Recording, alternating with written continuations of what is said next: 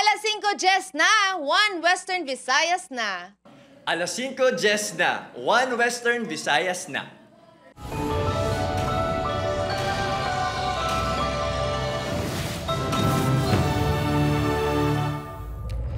Mga balitang atong tutukan subong nga Webes, kapulisan ginatutukan na ang insidente sang pagkadula kag pagkapatayon sang isa ka foreigner sa isla sang Boracay. 23 anyos nga Slovak national nga babae nga nadula sang March 11 na sapwan patay sa abandonado nga chapel sa Boracay. Former President Rodrigo Duterte yara na sa detention facility sang ICC sa The Hague, the Netherlands. Anay Presidente panindugan nga atubangon sini ang kaso. Ordinansa para sa road closure sa God mapatuman ng mga proyekto nga drainage kag dalan sa Iloilo City gin-veto ni Mayor Jerry Treñas. Pila ka mga residente sa Bacolod City nag-aagunto sa pila na kaadlaw nga halos wala sang tubig nga nagatubod sa ila gripo. Kag 268 cases ang hand, foot, and mouth disease na record sa Iloilo Province sa unang 2 ka bulan sa 2025. Ini ang GMA Regional TV, 1 Western Visayas. Mayong hapon, Western Visayas kag Negros Occidental. Ako si Gertrude Charlatan. Slovak national nga babayi na sapwan nga patay sa sulod sang isa ka abandonado nga kapilya sa Boracay. Insidente ginatutukan na sang otoridad. Si John Sala nakatuto. Diri sa sulod sa abandonado nga kapilya sa barangay Balabag, Malay, Aklan, Isla sang Boracay na sapwan ng 23 anyos nga Slovak national. Nakita nini sang isa ka residente sa siningabahin sang chapel nga nagakaya pasado alas 2 kahapon sang hapon. Wala na sang pang-idalom nga panapton sang nasapuan ng babayi. Ginkilalang Slovak national nga si Mikaela Mikova. Pasado wala sang hapon Marso 10 ang uli nga nakita ng biktima sa isla sang Boracay. Nagpadulong ini sa Boracay bangod may gintambungan nga kasal. March 1, nandito po siya. Then she's supposed to leave po sometime in March 12. Nag-report po dito is yung friend niya na staying also po, hindi po resident ng Boracay, also tourist. Nagpadulong na sa hotel sang biktima kapulisan kag nakitaan niya kompleto ang mga gamit sini. Posible suno sa kapulisan nga may ginkita ang biktima sa kapilya. Isa po sa mga nakita namin na CCTV, pumunta siya sa area na mag-isa. So there's a possibility na meron siyang kausap, or there's also possibility na meron siyang katagpo. So yun po yung tinitingnan po natin. Napakigangutan na sa kapulisan ng pamilya sang biktima kay nagpasugot kay paidalom sa autopsy ang lawas sang biktima. May ara na nga 3 ka persons of interest ang kapulisan apang limitado pang detalye samtang nagapadayon ng investigasyon. Nagmando naman ang pamunuan sang Police Regional Office 6 nga tutukan sang Aklan PPO ang kaso. Sang personal nga nagpadulong si Police Brigadier General Jack Wangki sa Boracay subong adlaw. Mag-conduct sa in-depth investigation na ma-identify natin on what really happened. Rest assured na this kind of incident has no place diri sa aton and we ensure ang general public na safe and secure ang Boracay Island. This is a isolated case. Ginpakigangutan sa news team ang Municipal Tourism Office apang wala pa sila sang statement angot sa insidente. Wala man nagsabat sa tawag kag text ang alkalde sa banwasang Malay, Aklan. John Sala, 1 Western Visayas. Mga kapuso, anay Presidente Rodrigo Duterte nagabot na sa The Hague, the Netherlands kung sa diin iniya magapangatubang sa panumbungon nga crimes against humanity. Si Julius Bilacaol nakatuto. Nagabot ang eroplano kung sa diin sakay si anay Presidente Rodrigo Duterte sa Rotterdam The Hague Airport alas 11:54 kagabi oras sa Pilipinas. Kasunod sini, ginpasulod na sa The Hague Penitentiary Institution ang anay Presidente. Diri siya iga-kustudiya samtang ginahulat ang pagsugod sa iya trial sa panumbungon nga crimes against humanity sa International Criminal Court. Ang video sa pag-turnover kay Duterte sa ICC ang ginpakita sa isa ka source sa GMA Integrated News. Sa video sa Reuters, ginpakita ang hulot kung sa diin magatiner ang anay Presidente. Makita diri ang isa ka single bed, cabinet, sink, kag kaugalingon nga kubeta. Gintawag naman sa isa ka ICC prosecutor nga importante nga tion ang pag-aresto kay Duterte para sa mga ginaalgar biktima sang war on drugs.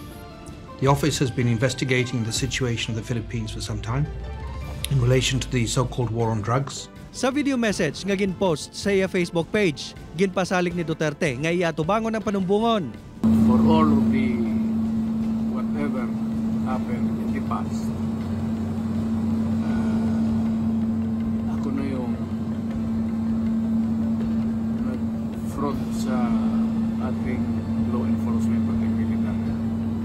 Sinabi ko na, I will protect you and I will, ako ang managot sa lahat. Ginpahayag sang Philippine Embassy sa The Hague nga ginhatag na sini ang mga kinahanglanon ni Duterte. Si Vice President Sara Duterte dito naman sa the Netherlands para magpakikita sa iyamay. Samtang kadungan sa pag-abot sang anay presidente sa The Hague, may mga grupo sa mga Filipino nga nagtipon. Mayara nga pabor sa ginhimo sang ICC. Ang iba naman, nagpakita sa suporta sa anay presidente dala panawagan nga ibalik sa pungsod. Sa Iloilo City, nagtipon sa guwasang Iloilo Provincial Capital ang pila ka mga supporter ni Duterte kagabi para magpakita sa suporta.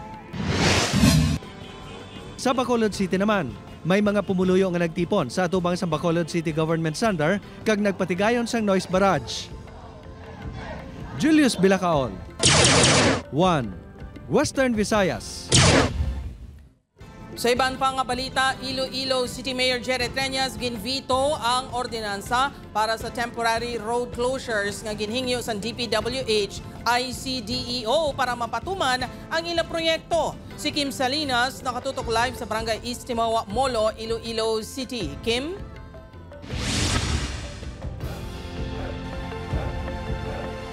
Jert, padayon ang pangabay sa mga pumuluyo sa syudad nga ontaton na ang bangigay sa tungasang Iloilo City LGU kag DPWH ICDO agod madasig matapos ang mga proyekto para sa ila. Kung mag-ulan, nagaanto sa baha ang Iloy nga si Elena, residente sang East Timawa, Molo, sa pagsugat sa iya bata sa Taal Elementary School. Ganit ako kuntani nga bulig sa ila ang drainage project sang DPWH ICDO sa lugar. Tawhay ba lang anong tao makalakat sa kilid diyo? Isa may pilas ka sa TL, hindi ka kasigurado. Kung ano ba si may ano sang ilaga, hindi putuson kay muyat. Ang drainage project sa Barangay East Timawa ang isa lang sa tatlo ka mga proyekto sang District Engineering Office sang DPWH sa syudad nga hindi pa subong maobra. Initungod sa pagvito ni Iloilo City Mayor Jerry Treñas sa ordinansa para sa temporary road closures sa pag-implementar sa mga proyekto. March 6 pa kuntani ang schedule sa pagsugod sa mga proyekto. Lakip man sa apektado ang reconstruction sa concrete pavement sa Arevalo Bypass Road halin sa rotonda sa Barangay Dulonan, Arevalo, pakadto sa Arevalo Elementary School. Kag ang road and drainage project sa Lawaan Village sa Barangay Balantang, Haro. Rason sa pagvito sa alkalde, napaslawan ang DPWH sa pagpatigayon sa coordination meeting, pagpasa sang infrastructure program, kag lista sa mga proyekto nga ipatuman, lakip na ang implementation schedule. Subong man ang pagbutang sa billboards. Sa preparatory pa lang dapat may coordination na sa local government unit. Ti ang ilaya ara nagali sa implementation stage. Dugang panimfantilaga ang pagvito sa alkalde ang hindi pamulitika kundi pagsunod sa proseso. Wala nagsabat ang spokesperson sang DPWH ICDO sang ginpakigangutan sang news team.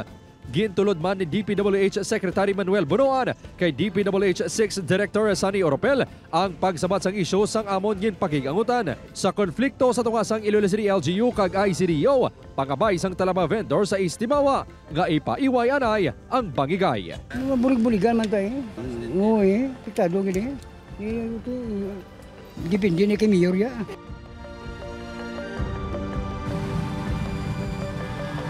Jert, suno sa spokesperson sang alkalde bukas si Treñas sa pagbaton sang reapplication sang ahensya kag pag-aprobar sang road closure basta makomply lang ang na-require nga requisitos. Jert?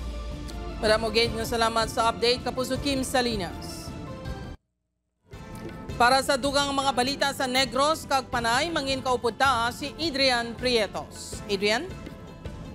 Yes, Jert, mga kapuso, madamo gid nga salamat. Pila ka mga residente sa Bacolod City, bao nagagunto sa pila na kadlaw nga halos wala sang tubig nga nagatubod sa ilang gripo. Yaring balita nga aton gintutuka. Bangod sa nagatagiti nga init, ang ini mga residente tuman ang pagpasingit.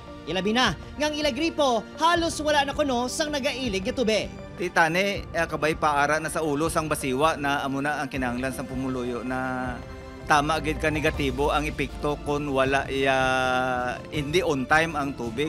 Ang ini nga mabaklod noon sa banyo na kuno ang tambayan, agod maghulat sang tubig para lang makapaligo. Sa isang adlaw, katatlo. Katatlo mag? Paligo. Yaman. Ikainit. Pabaho eh. Ano pa ba? Gasto eh. Makakaging tubig sa tubigan. Sunod sa basiwa, 79 million liters of water daily na lang ang supply sa tubig halin sa 84 MLD bangod sa mainit nga tiyempo. We have problems mostly sa Iroreco naton, sa Mandalagan, may harapan kita sa East Homes, no, sa Estefania, and all other areas sa mostly sa north. 100 MLD ang kinahanglanon nga supply sang tubig sa masobra 74,000 ka konsumidor sa Basiwa. Apang ginakulang ang supply. Ginahanda na sang LGU ang pagrasyon sang tubig sa critical areas. Apang ang ginapaligban kung sa diin pa magkuha sang supply sang tubig. Kami ma-appeal lang kami sa public to be with the use of water. We have 19 na 2,000 liters na tanks. Tapos amo na siya i-plat kung diin siya ibutang. Prioridad sang rasyon sini nga semana ang handumanan. Villamonte, Felisa, Visa Alegre kag Tangob kag bahin sang Alihis. Nagpasalig ang bulk water suppliers ng Basiwa Prime sang duga nga supply. Apang samtang nagalutaw pa sa tubig ang promisa. Panawagan sang Basiwa ang malawig nga pasensya. Opo Kiril Casillo, Adrian Priatos, 1 Western Visayas. Mga kapuso, 268 cases ang hand, foot, and mouth disease na record sa Iloilo Province sa sulod sang masobra 2 ka bulan sining 2025. 29% nga mas mataas kumparar sa 2024. Si Zen Kilantang Sasa nakatuto. 2 sa 3 ka bata ni Katrina ang nakaagi na sang hand, foot, and mouth disease. Gani ginatatap gid sini ang iya 2 ka bulan nga baby boy agod hindi matapikan sa amo nga balatian. Every 3 times a day gid siya ipapaliguan, i-vitamins kag nga malimpyo ang mga gamit kag anong ginatandog nila. Subong nga tuig 37 na ka mga LGU sa Iloilo ang may kaso sang hand, foot, and mouth disease sa probinsya sang Iloilo. Base sa Iloilo Provincial Epidemiology and Surveillance Unit, may 268 HFMD cases na halin sang January tubtob March 8, 2025. Mas mataas ini sang 29% sang tinalikdan nga tuig sa pareho nga tion nga yara lang sa 208. Kalabanan sa natapikan sang balatian ang mga kabataan nga nagaedad na 10 ka tuig panubo. Sunod sa Iloilo PHO, ang HFMD nga balatian ang mahimo nga maglaton pinaagi sa person to person, paagi sa laway sang tao sa pagsikma kag pag-ubo sa mga pilas kag sa higko sang tao nga nakontamina sang hand, foot, and mouth disease. Although mild lang ang mga sintomas kini nga ginatuga, makahatag gihapon sang kulba sa aton nga mga ginikanan tungod sa pagluya kag hindi manami nga sintomas nga dala sang balatian. Lakip sa sintomas ang hilanat kag grasya sa baba, siko, kamot, dapa-dapa kag likod. Ginpahanumdum sang health authorities ang masamay nga paghugas kag pag-disinfect sang kamot sang kabataan, ang pagsuksok sang face mask kag proper hygiene ang makabulig nga makalikaw sa balatian. Upod kay Cirilo Randuque, Zen Kilantang Sasa, 1 Western Visayas. Bantayan, kapulisan, may ginasundan na nga lead sa gingamit nga getaway vehicles ng 2 ka lalaki nga nag-hold up sa babae nga negosyante sa Oton, Iloilo. Ini ang GMA Regional TV, 1 Western Visayas. Mga kapuso, pila katagiya sang idyo sa Leganes, Iloilo, ginasigurado nga natatap sang maayo ang ila hinuptanan agud hindi makapanghalit sa iban. Mga mapamatud-an nga nagsakit sang kasapatan mahimo mapreso sang 2 ka tuig. Ini ang gintutukan ni Kim Salinas. Ginasiguro sang pet owner nga si Rosario sa Barangay Poblacion Leganes, Iloilo nga hindi magliho-liho ang iyang mga ido. Kompleto man ini sa bakuna. May got gid na siya. Diri lang na sa sulod ka balay. Way ginanamon ginapagwa ko hindi kami upod. Tibod dahil kung makagwa ng ido tapos makagagat sa mga tao. Sang weekend, tato na kaido ang gintiro sang Indian target sa Zaraga, Iloilo. may isa pa kaido ang gintiro sa Barangay Paho sa Martes. Siniman niya Pebrero, may kaangay man sining insidente sa Mursa Negros Occidental sa diin, natiruhan sang Indian target sanday TikTok kag Bulldog. Nasaad sa Animal Welfare Act of 1998 nga mahimo mapasakaan sang kaso ang mga sospek sa pagpangabuso sa mga hinoptanan. Kung nagtugas ang kamatayon, mahimo mapreso sang isa ka bulan tubtob 2 ka tuig kag magmulta sang 100,000 pesos. Mahimo idugang sa ipasaka nga kaso ang malicious mischief. Kung severely injured ang sapat, ang fine is 50. Pero kung way man gid matamaan pero may mga napilasan, ang fine is 130,000 pesos. Kung propiedad nimo, kung gin-damage na sang lain nga tawo, ang elemento sang malicious mischief is, I believe, presente na siya. Nobyembre 2024, sanggin pamatbata ng SK Chairman sa Barangay Blasco sa Pilar Capiz, kag mga kaupdanan sini sa paglampos patay sa ido nga nakabitay. Nagpiyansa kag nagplead guilty ang mga inirason nga nagdubo ang penalidad, nagmulta lang kag wala na preso. Apang ang layi, ang wala nagaproteher sa mga dog owners lang, kundi pati man sa mga nahalitan sang hinoptanan. Nasaad sa Anti-Rapist Act of 2007, ginakabig nga krimen ang pagpabaya sa ido kag ginapabayaan nga magliho-liho. Bisan wala sa sanghalitan actually, kaya ang pagbuhi per se sang ido, ginapinahan na siya, kaya dapat may higot na siya o kung nakakurong. Masaming problema naton sa barangay inang ang ido nga mabaho, wala balagi na tinluan, it is also a crime. Mahimo magmulta sang 10,000 pesos ang pet owner nga nagpamalibad nga bantayan ang ila hinoptanan nga nakakagat sang tao. 25,000 pesos naman ang penalidad kung hindi pagbaydan sang pet owner ang medical expenses sang individual nga ginkagat sang ila ido. Kim Salinas, 1 Western Visayas.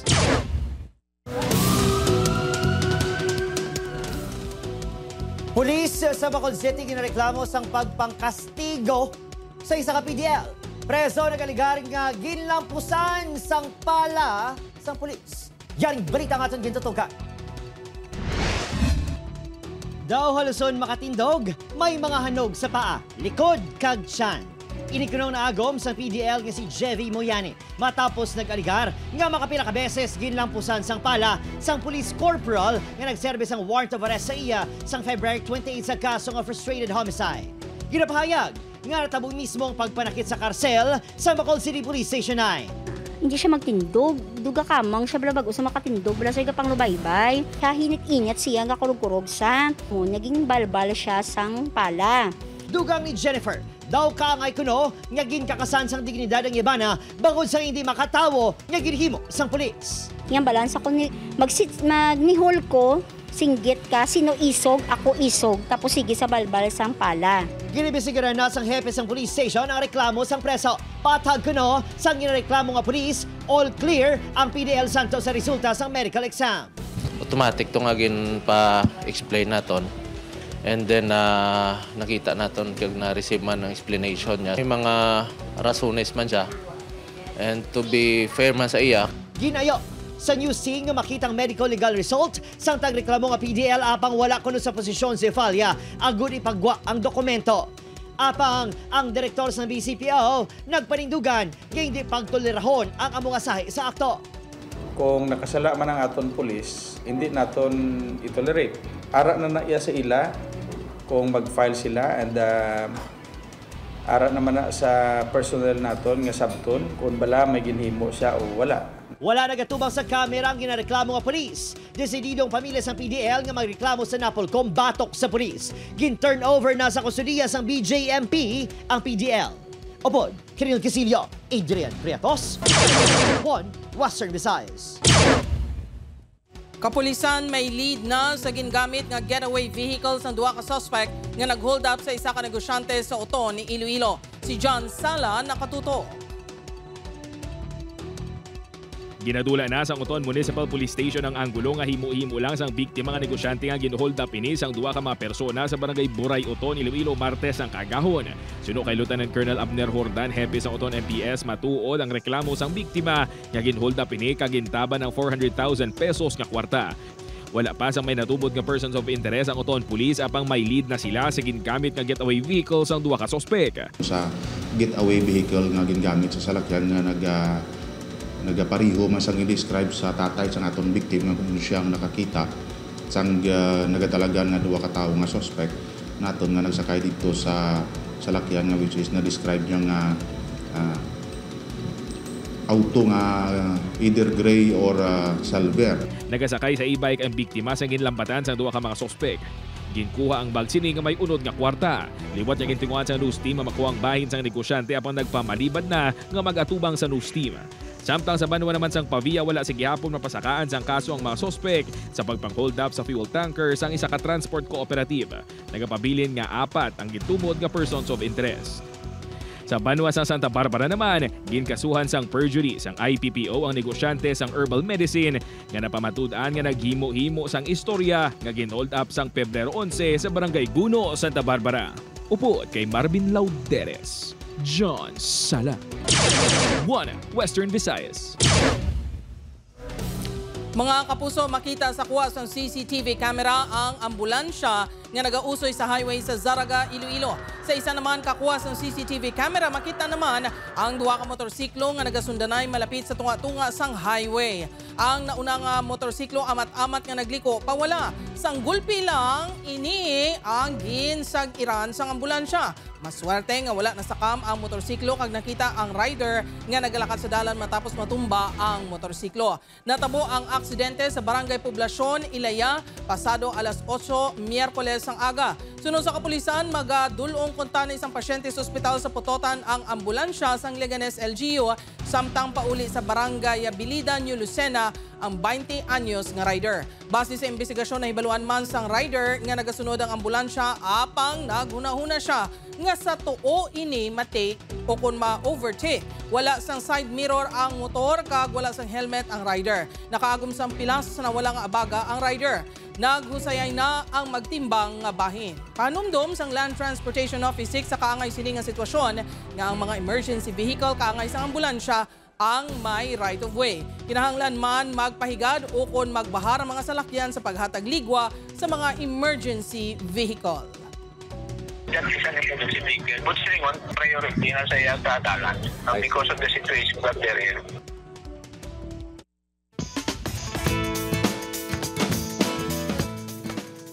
Samtang mga puso, mas mangin espesyal ang Magayon Hinuptanan Festival 2025 sang Banwa sa Moises Padilla kaupod ang atom sikat nga kapuso stars. Bantayan sanda Yasser Marta, Cheska Fausto, John Rex, and Althea Blan sa aton Grand Kapuso Fiesta sa March 25, alas 8 sang gabi, kaga makibanding kitatanan sa ila. Kita-kits mga kapuso!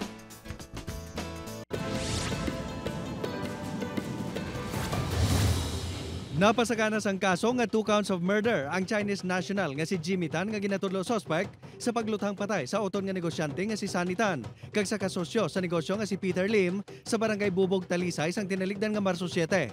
Away sa kwarta kag negosyo sa mag-utod ang natumod nga motibo sang kapulisan sa krimen. Nagluntad ang pagpangtiro sa sulod sang conference room sang negosyo sa mga biktima nga construction supply. Suno sa mga empleyado, nagpakigistorya pa ang suspect sa biktima antes natabo ang krimen. Patay ang 34 anyos nga si Ronald Viñas matapos makapila ka beses nga gintiro sa sitio Siag, Barangay May Tubig sa Banwa sang Isabela pasado alas 5 sang hapon sang Martes. Suno sa kapulisan, sakay sa motorsiklo ang biktima padulong sa proper sang Banwa sang ginaaligar ginsundan sang wala pa makilalan nga suspect nga gintiro. Gindala pa sa ospital ang biktima apang ginbawian sang kabuhi.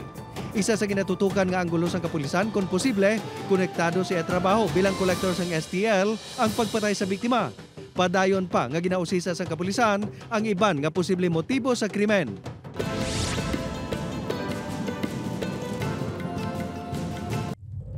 Ini ang GMA Regional TV, 1 Western Visayas. Magasawa na kuhaan sa masobra 2.7 million pesos nga balor sang suspected shabu sa Pavia. Samtang sa Oton, magpakaisa dakop sa operasyon kontra droga. Si John Sala nakatuto. Arestadong mag-asawa nga Mary Joy kag Cyril Hamili sa ginkasan nga drug bypass operation sang Pavia PNP Drug Enforcement Team. Dili mismo sa ila compound sa Barangay Uka-Uno ginpatigayon ng operasyon kay nasang aga. Masobra 400 grams ang na-recover nga suspected shabu nga nagabaloro sa masobra 2.7 million pesos. Dugay naman na sila ginamanmanan Kay mga ano na ni sila daw dugay na gid sila nga gano bla user engaged. Ginpahayag sa kapulisan nga nagakuha sila sang supply sa syudad sang Iloilo kag ginaduso sa ilang mga parokyano diri sa banwa sang Pavia. Bagay nga ginpanginwala ni Cyril. Talag salam ko yang makakwarta ka di mo lang itawag nga mutwet mo di ko ngita. Koy gani ko impis bala ito. Karsel ang intupan sa magpakaisa matapos sa dakpan sa drug bypass operation sa Barangay Poblacion East Oton kahapon sang hapon. Naglabot sa 70 grams ang suspected shabu nakuha kani alias Kim 19 anyos kag alias John 20 anyos. Nagabalor ini sang malapit tunga sa milyon ka pesos. So ang ilan nga mga parokyano is mga diri man lang sa palibot sa banwa sang Oton kag sa mga kabaranggayan, and then kung kaisa nagkalabot pa sila sa mga nearby municipalities. 2024 sa nadakpan si alias King na nagserving nga runner sa Yatiyo ang isa ka high value individual pero nakagwa sa presohan pagi sa plea bargaining agreement. Pero imo man ang droga nga nasa? Hindi. Alin na sana po yung plante na nila? Masobra 850,000 pesos ka balor sang ginapatian shabu na recover sang PDEU sa 3 ka mag-abyan matapos ginpatigayon ang drug bypass operation sa Barangay Katuogan, Pototan, Kainas ang kaagahon. Preso sa alias Junito, 33 anyos, alias Rico, 26 anyos, kag alias Florentino, 38 anyos. Nakapalagyo naman ang mayor nga subject sa operasyon nga si alias Jomar, 36 anyos. Upod kay Marvin Lauderes, John Sala. 1 Western Visayas. Mga kapuso, nagkalain-lain nga produkto kag obra nga himo sa mga kababainhan sa Iloilo ginbida sa trade fair kadungan sa pagsaulog sa National Women's Month. Si Kim Salinas sa katutok. Kalabasa kag malunggay chips. Pinangon, patanyong kag madamo pa. Ini ang pila lang sa mga produkto nga ginbida sa 7 ka micro, small and medium enterprises o MSME nga ginapangunahan sang kababainhan sa isa ka trade fair sa Iloilo Provincial Capital. Isa sa nagpasakop ang asosasyon sa mga kababainhan sa Barangay Salngan, Oton nga ang ila ginbida nga produkto human sa hablon. Ang ari nga mga hilo, ano mo pa siya, isabong, lain man ang kasabong, tapos lain man nga ihanay sa sa tidal bala nga sa machine. Ay, hindi man machine, kumbaga hand-woven siya. Si Zita, nga halin sa Pangasinan kag nagbakasyon lang sa Iloilo, wala na likawan nga maghapit kag magbakal sang purse bangod sang manami nga disenyo sini. Na yung mata ko dyan sa may panglagyan ng coins. Ang ganda ng kulay. At saka maraming mailagay kasi nga hindi siya bulky. Ang purse nga ginbakal ni Zita ang kabahin sa mga produkto sang asosasyon ng Daiselia sang Alimudjan. Lakip sa ila ginabaligya ang ginahabi nga basket nga himo sa kawayan. Lagisan ko giniti ti pino-pino para nga kung makita kataho mananamian man bala. Utihan mo giniswer ka obra.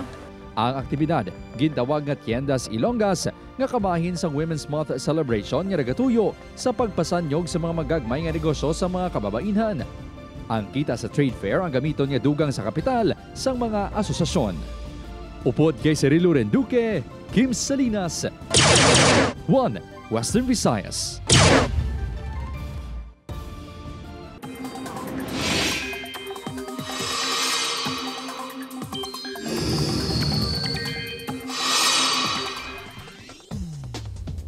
Kapuso, manginhanda gihapon sa mainit nga panahon kag syansa sa mapag-ulan. Bukod gihapon sa easterlies nga padayon nga nagaluntad sa bilog nga Pilipinas. Ini ang mainit kag mapangahangin halin sa dagat Pasipiko. Base naman sa rainfall forecast sa Metro Weather, may chances ng ulan sa pila ka bahin sa Western Visayas, Lakip, Aklan, Capiz kag Iloilo. Manubumbaan ang posibilidad sa ulan sa Negros Island region. Samtang, base sa forecast sa Pag-asa, 40 degrees ang maximum heat index diri sa aton sa Western Visayas.